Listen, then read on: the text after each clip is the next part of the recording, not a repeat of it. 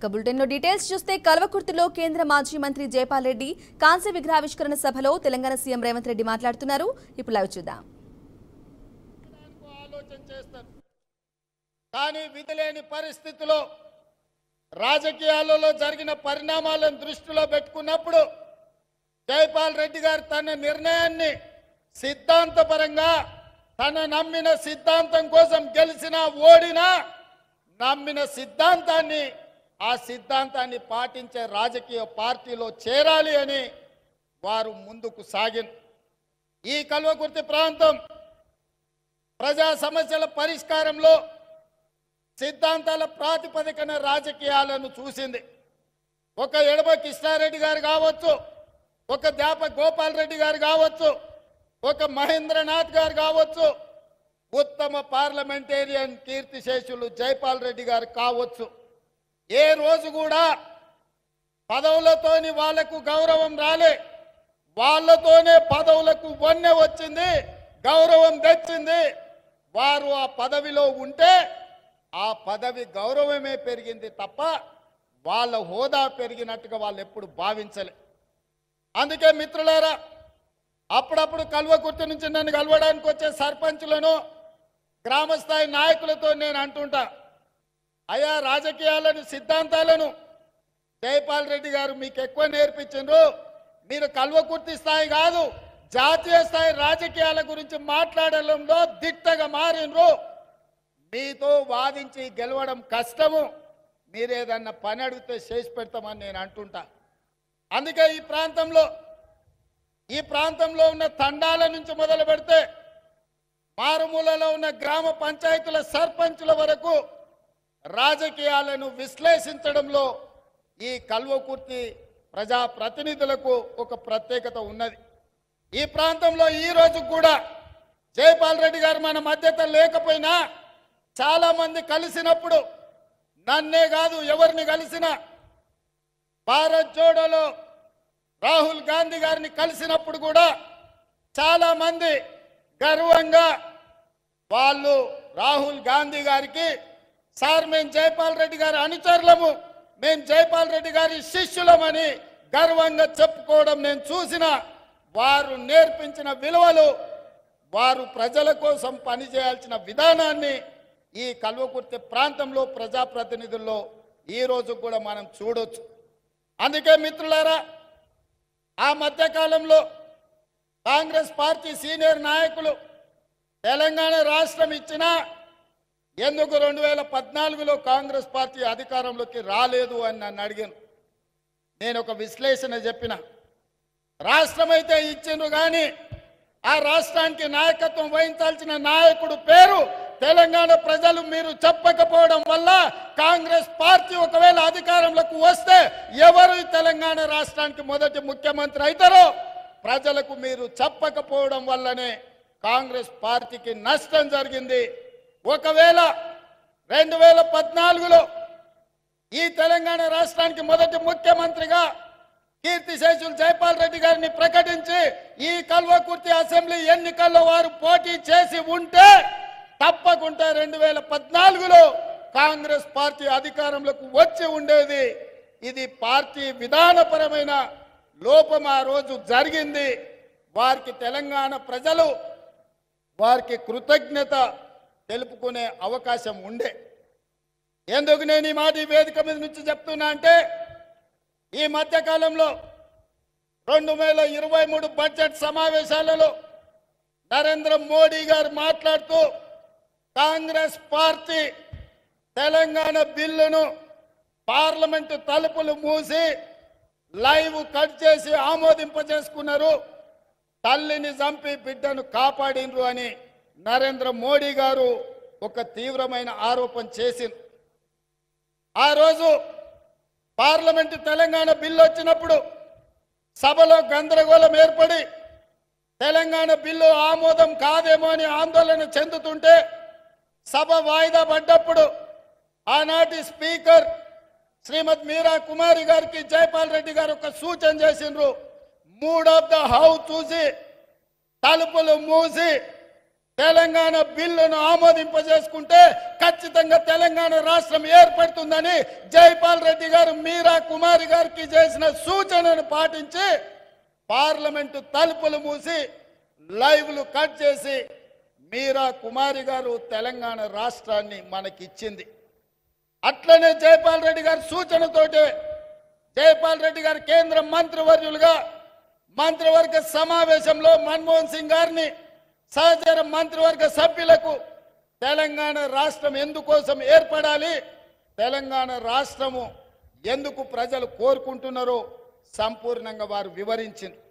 అందుకే కేబినెట్ మొత్తం ఏకగ్రీవంగా ఆమోదం చేసి తెలంగాణ రాష్ట్ర ఏర్పాటును కాంగ్రెస్ పార్టీ చేసింది. కానీ ఆ తర్వాత ఆశించిన ఫలితాలు రాలే. కల్వకుర్తి నియోజకవర్గ ప్రజలు, జైపాల్ రెడ్డి గారి అభిమానులు కల్వకుర్తి ప్రాంతం నుంచి తెలంగాణ రాష్ట్రానికి ముఖ్యమంత్రి అయ్యే అవకాశం చేయి జారిపోయిందని బాధపడ్డారు. కానీ 10 సంవత్సరాల కాలక్రమంలో ఈ ప్రాంతం నుంచి ఒకనాడు కల్వకుర్తి నియోజకవర్గంలో భాగమైన మేడ్చల్ మండలంలో 2006 సంవత్సరంలో మీ అభిమానంతో మీరు గుండెల్లో పెట్టి చూసుకొని మీరు భుజాల మీద మోసి మొట్టమొదటిసారి జిల్లా పరిషత్ మెంబర్గా ఇండిపెండెంట్గా నన్ను గెలిపిస్తే ఆనాడు మేడ్చల్ మండలంలో మీరు నాటిన మొక్క ఈనాడు వృక్షమై తెలంగాణ రాష్ట్రానికి ముఖ్యమంత్రి అయి మీ ముందు నిలబడ్డాడు. ఈ కల్వకుర్తి ప్రాంతం నుంచే మీ బిడ్డ ఈరోజు ఈ తెలంగాణ రాష్ట్రానికి ముఖ్యమంత్రి అయింది. అందుకే మిత్రులారా, మా నారాయణ రెడ్డి గారు అడిగినారు, వారు ఎకరు పెట్టిన అభివృద్ధి కార్యక్రమాలను చూస్తే బట్టి విక్రమార్క గారు ప్రవేశపెట్టిన 2,91,000 కోట్లు నేను కల్వకుర్తికే ఇచ్చిపోవాల్సి వస్తుంది. మిగతా 118 నియోజకవర్గాలకు ఇవ్వడానికి కూడా నా దగ్గర ఏముండదు.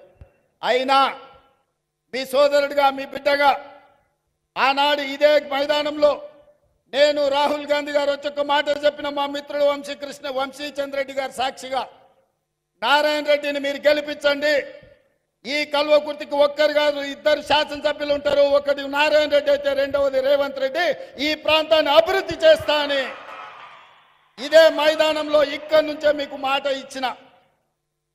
ఒక్కసారి కాంగ్రెస్ పార్టీ మాట ఇస్తే మాట నిలబెట్టుకోవడానికి ఎంత దూరమైనా వెళ్తుంది.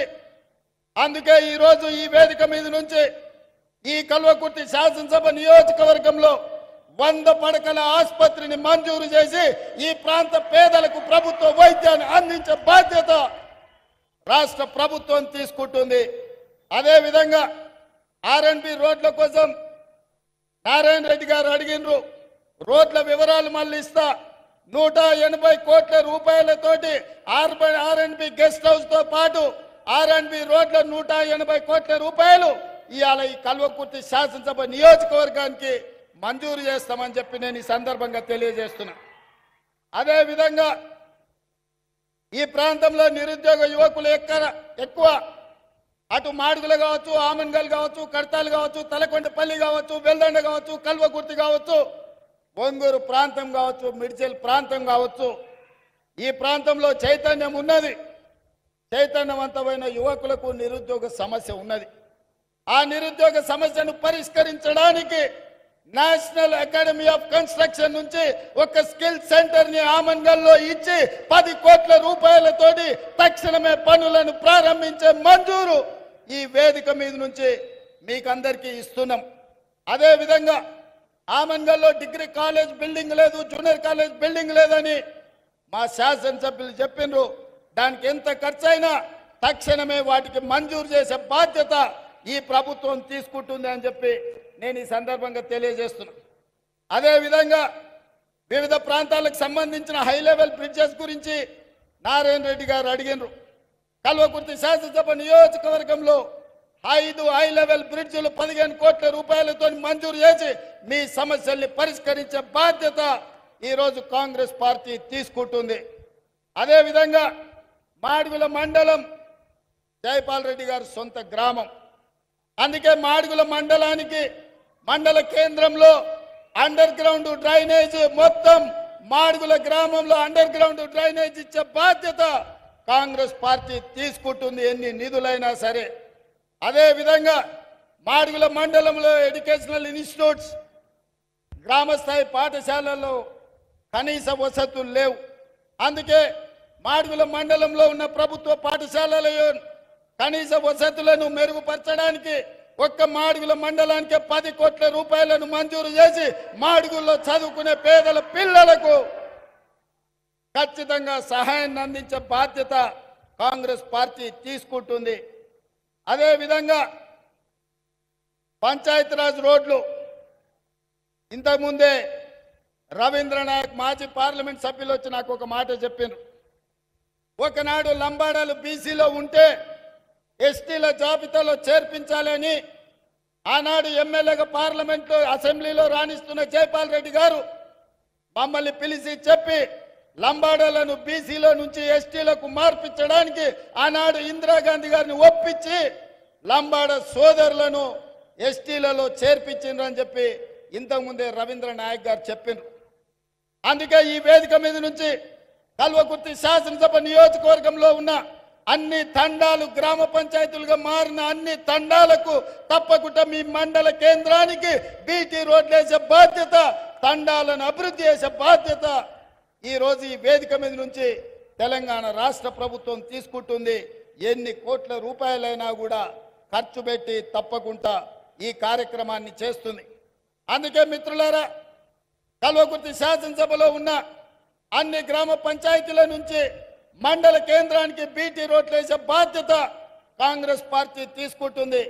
మండల కేంద్రాల నుంచి జిల్లా కేంద్రానికి డబుల్ రోడ్ వేసే బాధ్యత కాంగ్రెస్ పార్టీ తీసుకుంటుంది. ఇదే కాదు, జిల్లా కేంద్రం నుంచి రాష్ట్ర రాజధాని హైదరాబాద్ నగరానికి 4 లేన్ రోడ్లను వేసే బాధ్యత కాంగ్రెస్ పార్టీ తీసుకుంటుంది. ఇదే కాకుండా హైదరాబాద్ శ్రీశైలం రోడ్డు, ముఖ్యంగా కల్వకుర్తి నుంచి హైదరాబాద్ వరకు విపరీతమైన రద్దీ పెరిగింది, ప్రమాదాలు జరుగుతున్నాయి. మొన్న ఢిల్లీ వెళ్ళినప్పుడు నేను, కోమటిరెడ్డి వెంకటరెడ్డి గారు, నితిన్ గడ్కరీతో మాట్లాడి హైదరాబాద్ కల్వకుర్తి శ్రీశైలం జాతీయ రహదారిని 4 రోడ్ల లేన్గా రోడ్డు మంజూరు చేయించడానికి మాట్లాడినాం. తొందరలోనే హైదరాబాద్ కల్వకుర్తి వరకు 4 లేన్ రోడ్డును అభివృద్ధి చేసే బాధ్యత కాంగ్రెస్ పార్టీ తీసుకుంటుంది. అదేవిధంగా మిత్రులు, నేను చదువుకున్న పాఠశాల తాండ్ర గురించి గుర్తు చేసిండ్రు. మా నారాయణ రెడ్డి అక్కడ 50 లక్షలే అడిగిండు. నేను చదువుకున్న పాఠశాల తాండ్ర హై స్కూల్కు 5 కోట్ల రూపాయలు ఇచ్చి అక్కడ పాఠశాలను అభివృద్ధి చేసే బాధ్యత నేను తీసుకుంటా అని చెప్పి ఈ సందర్భంగా తెలియజేస్తున్నా. అదేవిధంగా వెల్దండ మండలంతో, వెల్దండ ప్రాంతంలో ఉన్న ప్రజలతో, అక్కడున్న మిత్రులతో నాకు సన్నిహిత సంబంధాలు ఉన్నాయి. వెల్దండ మండల కేంద్రంలో పాఠశాలల అభివృద్ధి కోసం అదనంగా 5 కోట్ల రూపాయలు ఇచ్చి వెల్దండ మండల కేంద్రంలో ఏమేం కావాలో మీరు అభివృద్ధి చేసుకోండి, దానికి అవసరమైన నిధులను ఇచ్చే బాధ్యత కాంగ్రెస్ పార్టీ తీసుకుంటుంది అని చెప్పి నేను ఈ సందర్భంగా తెలియజేస్తున్నా. అదేవిధంగా స్కిల్ యూనివర్సిటీ, మా నారాయణ రెడ్డి మెడికల్ కాలేజ్ ఇక్కడనే అడుగుతుండు, ఇంజనీరింగ్ కాలేజ్ ఇక్కడనే అడుగుతుండు, పాలిటెక్నిక్ కాలేజ్ ఇక్కడనే అడుగుతుండు, స్కిల్ యూనివర్సిటీ ఇక్కడనే అడుగుతుండు. కొన్నిటికి ఫీజిబిలిటీ కూడా మనం చూసుకోవాలి ఉంటుంది. అందుకే నారాయణ రెడ్డి గారి కోరిక, నా కోరిక కొంచెం అటు ఇటుగా సమన్వయం చేసి ముచ్చర్ల ప్రాంతంలో ఆగస్టు 1వ తారీఖు నాడు యంగ్ ఇండియా స్కిల్ యూనివర్సిటీని ప్రారంభించబోతున్నాం. 100 కోట్ల రూపాయలు 50 ఎకరాల భూమిని కేటాయించి కల్వకుర్తికి ఏదైతే కర్తాల మనకు మొట్టమొదటి ముఖద్వారమో అక్కడ కూతవేటి దూరంలో ఉన్న ముచ్చెర్లలో ఉన్న ల్యాండ్లో యంగ్ ఇండియా స్కిల్ యూనివర్సిటీని ఆగస్టు 1వ తారీఖు నాడు 50 ఎకరాలలో 100 కోట్లతో పనులు ప్రారంభించబోతున్నాం. ఆ స్కిల్ యూనివర్సిటీ మన ప్రాంతం యొక్క యువకుల భవిష్యత్తును తీర్చిదిద్దబోతుంది. ఆగస్టు 1వ తారీఖు నాడే రాబోయే 3 రోజుల్లో ప్రారంభించుకోబోతున్నాం. చివరగా ఒక్క మాట చెప్పదలుచుకున్నా.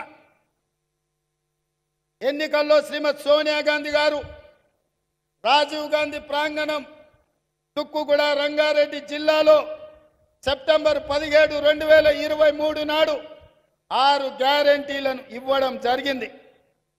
నేను ఆ రోజే చెప్పిన 2004లో శ్రీమతి సోనియా గాంధీ గారు తెలంగాణ రాష్ట్ర పర్యటనకు వచ్చినప్పుడు కరీంనగర్లో తెలంగాణ 4 కోట్ల ప్రజల యొక్క ఆకాంక్ష తెలంగాణ రాష్ట్రం గురించి, తెలంగాణ ప్రజల గుండె చప్పుడు గురించి నాకు తెలుసు. తప్పకుండా మీ ఆకాంక్ష నెరవేరుతుందని వారు మాట ఇచ్చింది.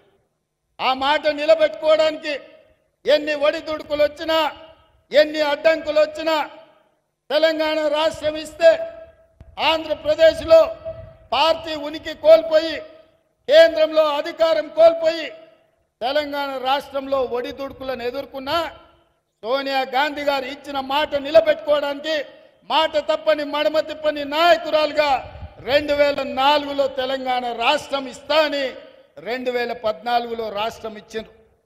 మరి అలాంటి నాయకురాలు తుక్కుగూడ రంగారెడ్డి జిల్లాలో 6 గ్యారెంటీలను ఇస్తే ఆమె వారసులుగా, కాంగ్రెస్ పార్టీ అధ్యక్షుడిగా, మీ బిడ్డగా 6 గ్యారెంటీలను అమలు చేసే బాధ్యత నాది.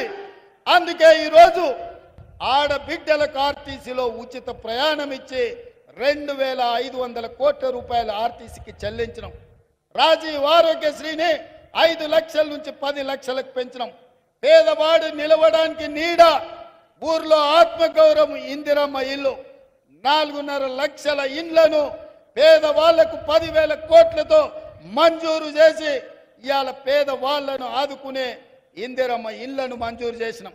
ఇదే కాదు, ఆడబిడ్డలకు కట్టెలపై కష్టాలు తీర్చాలని, వాళ్ళ కన్నీళ్లు తూడవాలని 1,200 రూపాయలు ఉన్న సిలిండర్ను ఇవాళ 500 రూపాయలకే ఆడబిడ్డలకు ఇంటి దగ్గర ఇచ్చి ఆడబిడ్డల కన్నీళ్లు దూర్చే బాధ్యత ఇవాళ ఈ ప్రభుత్వం తీసుకున్నది. ఇదే కాదు, వ్యవసాయానికి ఉచిత కరెంట, భూమి లేని పేదల సంగతి మీరు పట్టించుకోరని